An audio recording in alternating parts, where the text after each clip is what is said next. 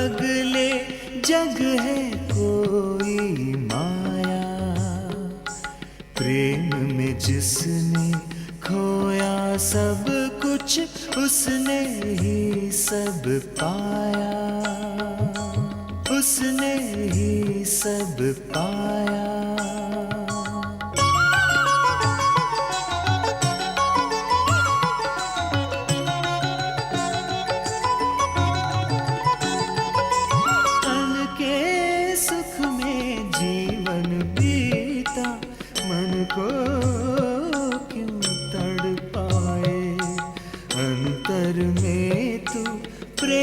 बसाले प्रेम ही पार लगाए, प्रेम ही पार लगाए।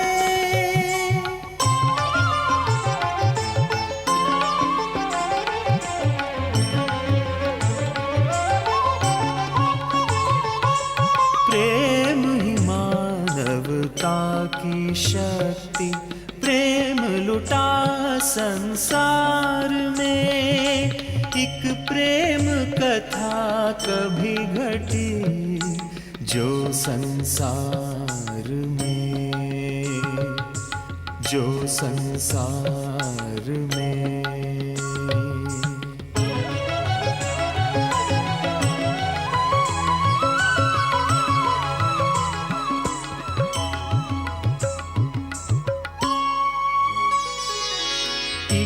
कल्पना सच हुई संसार में,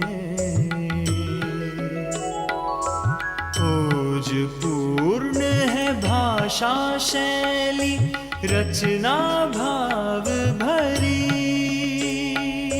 रचना भाव भरी।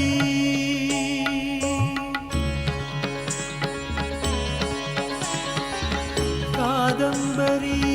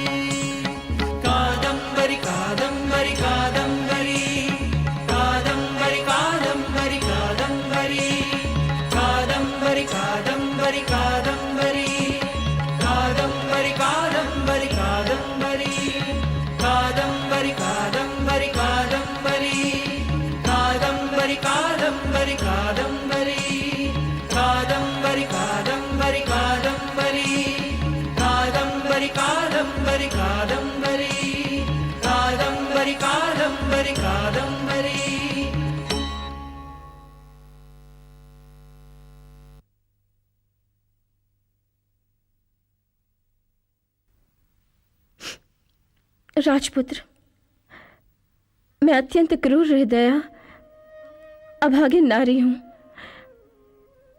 मेरा विचित्र जीवन वृत्तांत सुनाने योग्य नहीं है, परंतु आपकी इच्छा है तो सुनिए।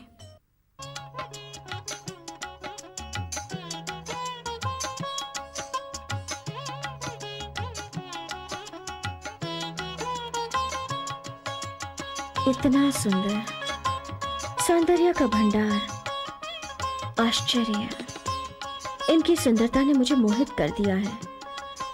मैं भी यौवन में हूं। इच्छाएं अच्छे बुरे का ध्यान कहां रखती हैं?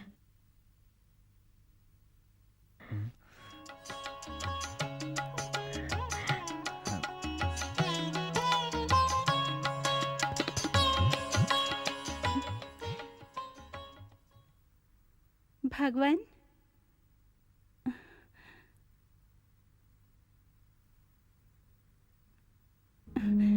भगवान, ये युवा तपस्वी कौन है?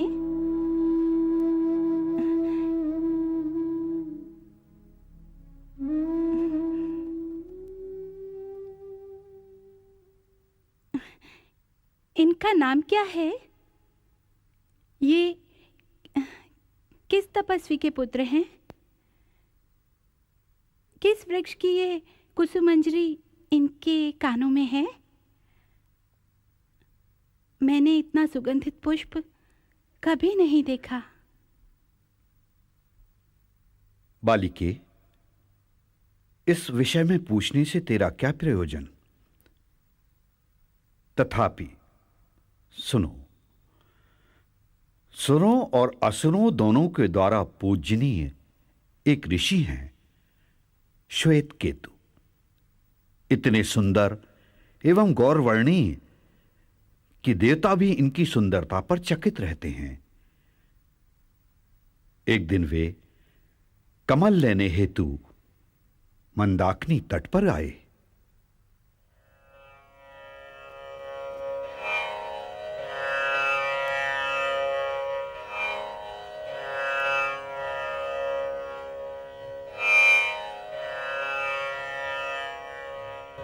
लक्ष्मीं क्षीरसमुद्रराजतनयां श्रीरङ्गधामेश्वरीं दासीभूतसमस्तदेववनितां लोकैकदीपाङ्कुरां श्रीमन्मन्दकटाक्षलब्धविभवब्रह्मेन्द्रगङ्गाधरां तां त्रैलोक्यकुटुम्बिनीं सरसिजां वन्दे मुकुन्दप्रियाम्।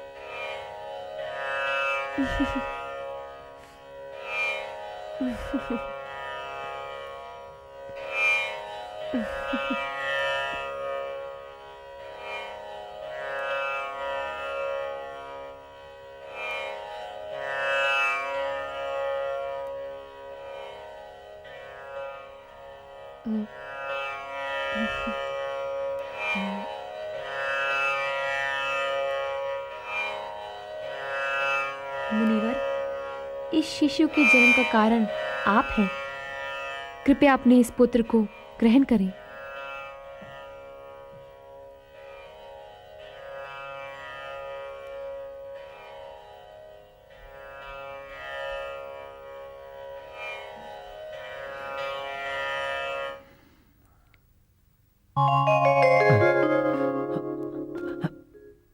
प्रणाम वनदेवी। भगवान पुंडरीक, आप इस त्रिभुवन में सबसे सुंदर हैं, इसलिए इस पारिजात पुष्प मंजरी को अपने कर्ण प्रदेश पर धारण कीजिए। ये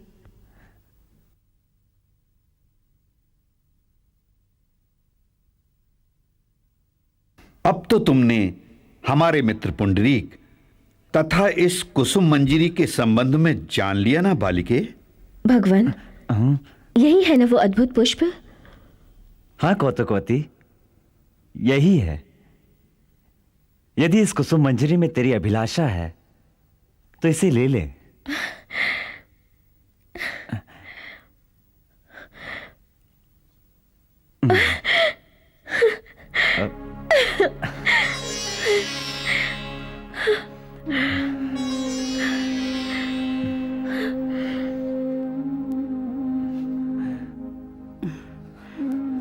महाश्वेता को बुलाओ, घर चलते हैं।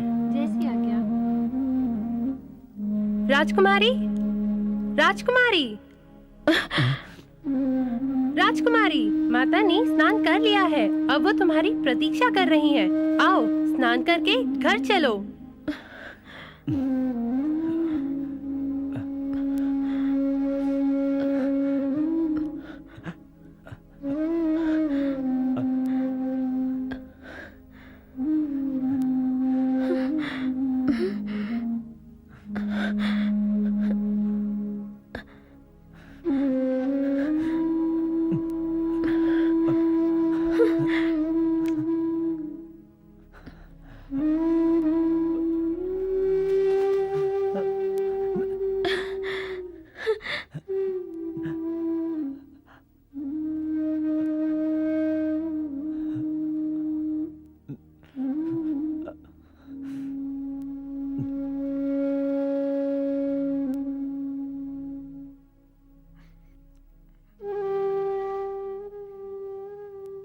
इस प्रकार का आचरण करना आपके योग्य नहीं है मुनि कुमार।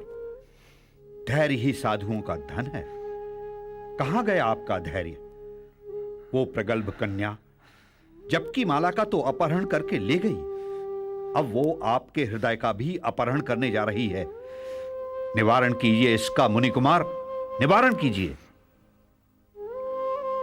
मित्र कपिंजर, क्यों मेरे विषय में अन्यथा संभावना कर रहे हो? मैं इस दुर्विनीत कन्या का जपमाला ग्रहण करने का अपराध कभी क्षमा नहीं करूंगा, कभी क्षमा नहीं करूंगा।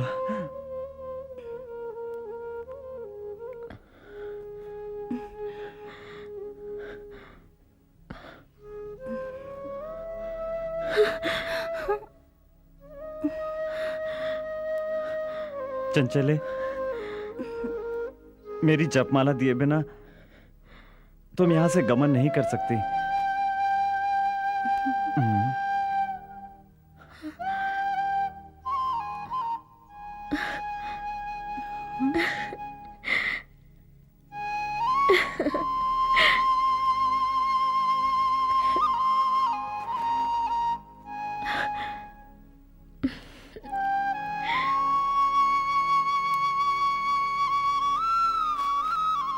चुंबन लेने की अभिलाषा से जैसे ही वो मेरी ओर घूमे, कांपते होठ वाले मुख से उन्होंने कहा, चंचले, मेरी जपमाला दिए बिना तुम इस स्थान से गमन नहीं कर सकती। मैंने जपमाला के स्थान पर अपनी एकावली गले से निकाली। भगवान, लीजिए एकावली। यूं कहकर मैंने शून्य हृदय मुनि कुमार के हाथों पर माला रख दी। मेरे प्रणय का अविस्मरणीय पल था वो। मैं पूरी तरह से धर्म जल में स्नान कर चुकी थी। मैंने पुनः स्नान किया। बड़ी ही कठिनाई से सखियां मुझे मेरे भवन तक ले गईं। अंततो गत्वा बिना मन के मेरा शरीर घर पहुंचा। शोकातुर मुझे कुछ अवगत नहीं हुआ कि ये विपत्ति है या उत्सव। समस्त कार्य परित्याग कर मैं निश्चल भाव से गवाक्ष में खड़ी होकर उसी दिशा में देखने लगी जिस दिशा में हमारा मिलन हुआ था।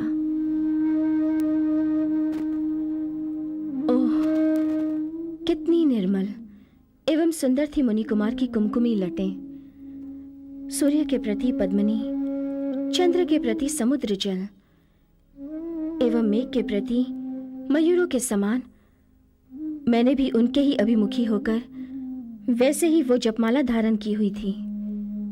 पारिजात कुसुम मंजरी मेरे कानों में वैसे ही संलग्न थी। रोमांच से भरा हुआ मेरा गाल वैसे ही उत्कंठित हो रहा था। कहाँ चली गई राजकुमारी? कदाचित ऊपर होंगी। राजकुमारी महाश्वेता, राजकन्या।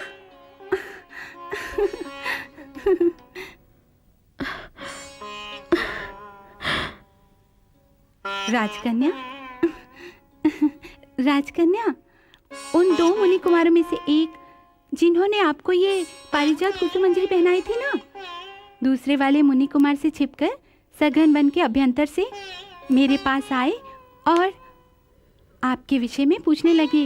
हाँ, उन्होंने स्नेहयुक्त दृष्टिपात से मुझे आपकी सखी समझकर अपने उत्तरीय वल्कल से एक पट्टी फाड़कर तमाल पल्लव के सौरभ संपन्न रस से अपनी कनिष्ठिका उंगली के नखाग्र द्वारा लिखकर मुझे देते हुए कहा कि ये पत्रिका जब तुम उनके पास अकेली होगी तब तुम उन्हें अत्यंत गुप्त रीति से दे देना। मैंने इसमें रख लिया है। ओहो, मैं भी मती मारी गई है।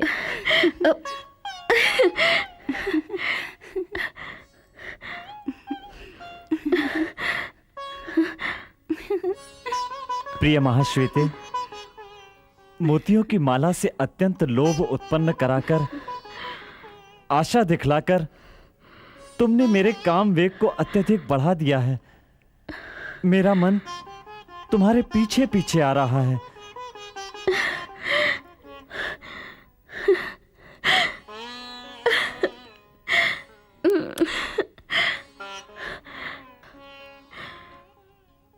तरलिके, तू महापुण्यशालिनी है। तूने उस पवित्र मनुष्य का दर्शन किया, उनके भाव देखे, उनकी मधुर वाणी सुनी।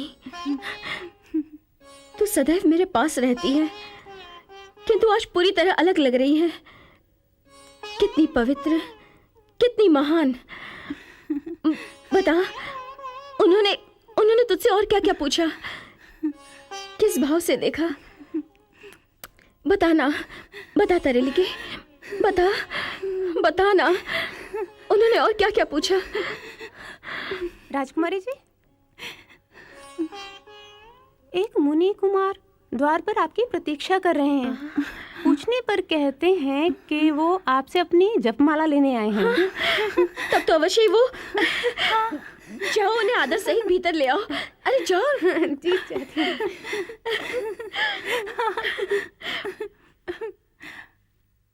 जैसे यौवन सुंदरता का आभूषण है, यौवन का कंदर्प, कंदर्प का बसंत और बसंत का मलय पवन, उसी तरह कपिंजल मेरे पुंडरिक का आभूषण है।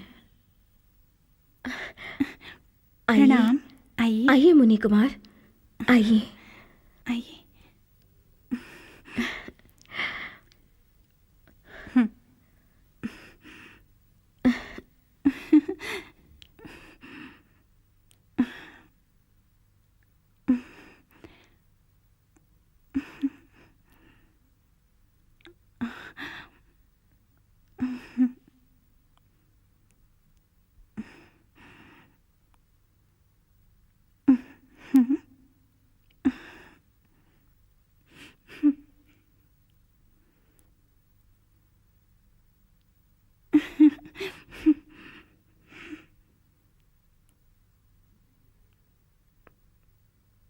भगवान, ये मेरी आत्मा है। आप जो कुछ भी कहना चाहते हैं निशंक कहिए। राजकन्या, अब मैं क्या कहूं? लज्जा के कारण मेरी वाणी वक्तव्य विषय कह नहीं पा रही है। ये कैसी विडंबना है। कहां कंद मूल फल खाने वाले जितेंद्रीय वनवासी तपस्वी, और कहां भोग्य पदार्थ की अभिलाषा से नानाविधि काम चेष्टा। किस तरह मनुष्य ईश्वर के हाथ का खिलौना बनकर हास्यास्पद हो जाता है। आप ही बताइए, एक धर्म एवं शास्त्र के पंडित को क्या यह शोभा देता है? किंतु और कोई उपाय नहीं है। इसलिए अपना प्राण परित्याग करके भी मुझे अपने मित्र के प्राणों की रक्षा करनी है। इसीलिए मैं कह रहा हूं, तुम्हारे चले आने के पश्चात थोड़ी देर बाद जब मैं उसे नहीं पाया तो सोचा कि मेरे निष्ठुर वचन सुनकर कदाचित वो कहीं चला गया होगा। देवी, हम दोनों बचपन के मित्र हैं। मैं उसके वियोग को नहीं सह सकता। इसी कारण मेरा तनाव बढ़ गया। मैंने उसे वन के हर भाग में ढूंढा। अंततः मैं उसे सरोवर के पास अकेले मूर्तिवत पाया। अश्रुकण उसके मुख पर अनेक धाराओं में अविराम बह रहे थे। ऐसी दशा में निर्निमेष उसे देखकर मुझे बहुत दुख हुआ।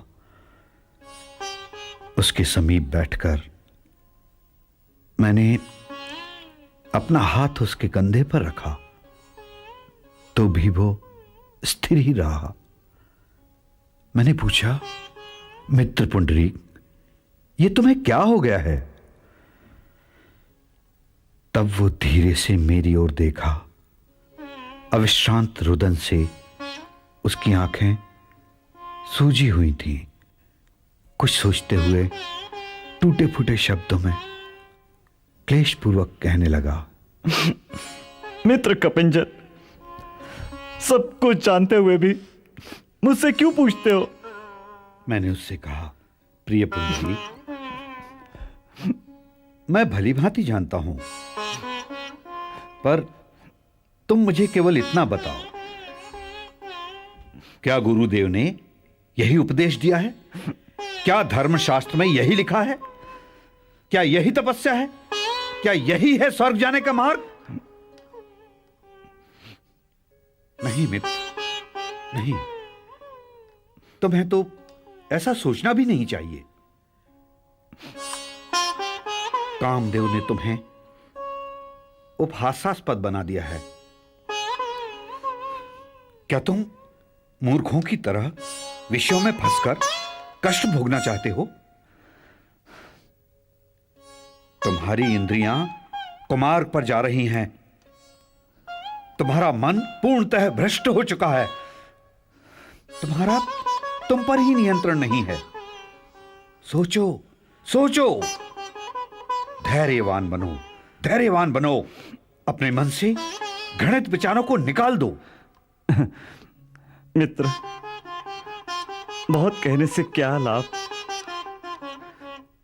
तुम स्वस्थ हो क्योंकि तुमने कामदेव के विषपान का अनुभव नहीं किया है। उपदेश उसे दिया जाता है जिसकी इंद्रियां, चित्त व कर्ण ठिकाने हो। अब मैं सब कुछ खो चुका हूं। मेरा अध्याय समाप्त हो चुका है। अब मैं जीने का भी आकांक्षी नहीं हूं। किंतु प्राणेंद्रियां मुझे छोड़कर जाने की कृपा नहीं कर रही हैं।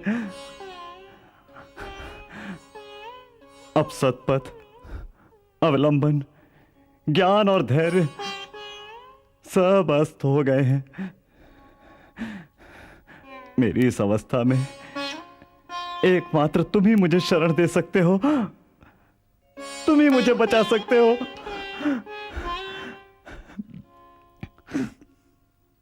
अब तुम जैसा उचित समझो वैसा करो।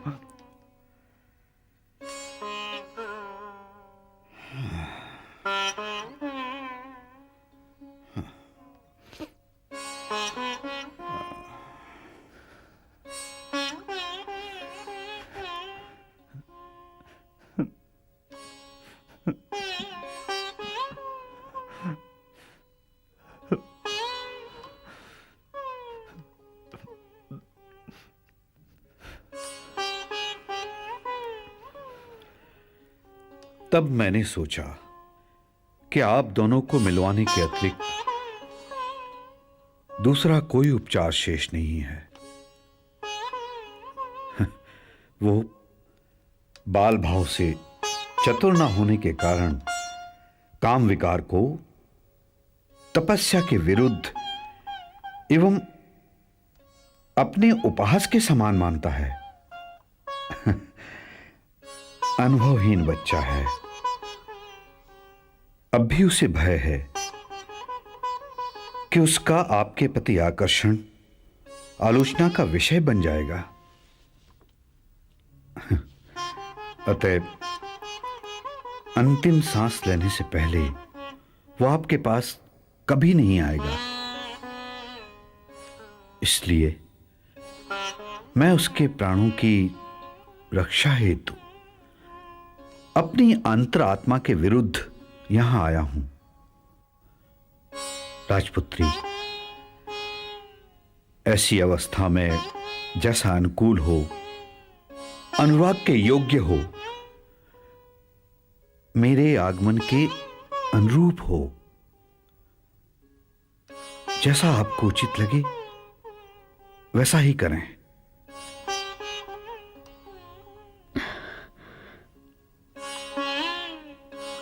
हे कामदेव, यदि पुंडरीक को मुझसे प्रीति है तो मैं आपकी आभारी हूं। अब ये मेरा कर्तव्य है कि अरे तरलिके, क्या तू नहीं देखती कि मेरा मन अत्यधिक व्याकुल हो गया है?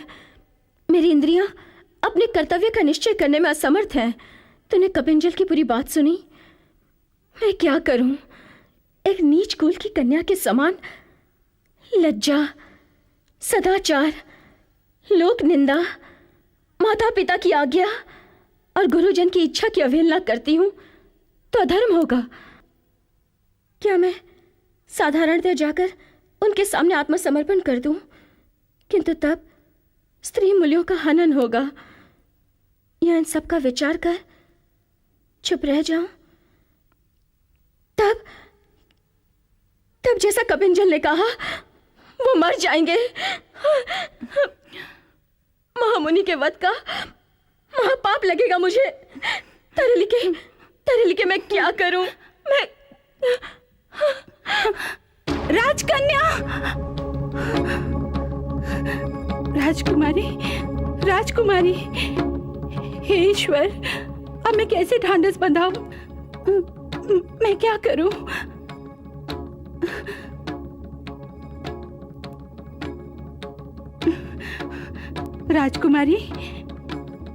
राजकुमारी, उठिए राजकुमारी, उठिए राजकुमारी।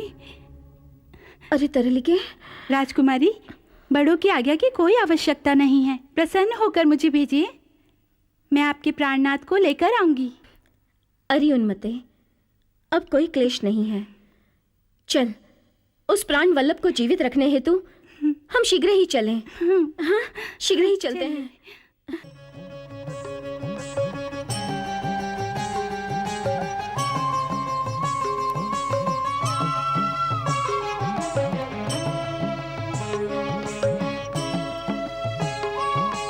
प्रेम में दो पल जीले पगले, जग है कोई माया।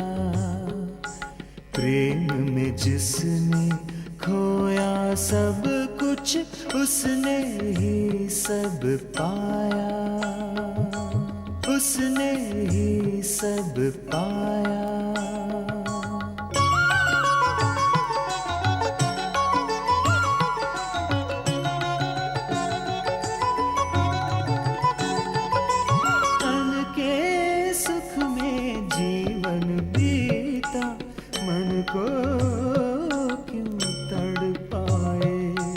अंतर में तू प्रेम बसा